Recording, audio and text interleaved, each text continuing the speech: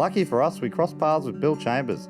We've met at ANZAC Hill, one of the most visited landmarks in the town, and the perfect spot to take it all in.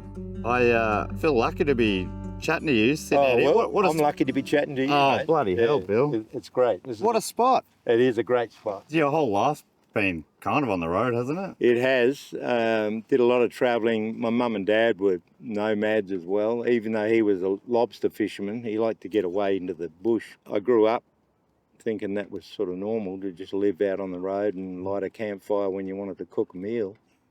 I was married at around 20 years old and we had a couple of kids. So those kids were Nash and Casey. Nash is my son. When Casey was 3 weeks old, we moved to the Nullarbor. I convinced my wife that we were going out there for 3 or 4 weeks working holiday, and we stayed for 10 years. Wow. So we got used to living around a campfire, and that's where my daughter learned to sing, just sitting around a campfire, singing old country songs, you know. And how about you?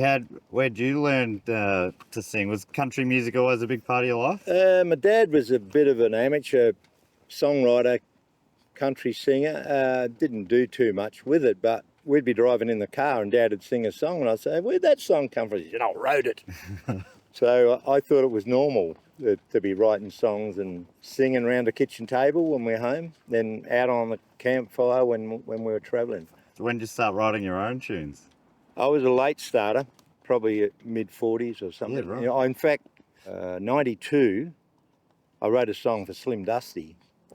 Won the ARIA award-winning? Yeah, Yeah. And it won me a gold guitar at Tamworth and won Song of the Year. And I had no idea about the music business, because I was still a fisherman back in my hometown. So that's one of the first songs you wrote was... Yeah, Wow. It did pretty well. And How did it get in Slim Dusty's hands? I sent him a cassette, and about 6 weeks later, I got a phone call from Slim. Wow. And he said, "Hey, it's Slim Dusty here." And I thought, bullshit, it's probably my mate just having a lend to me, you know.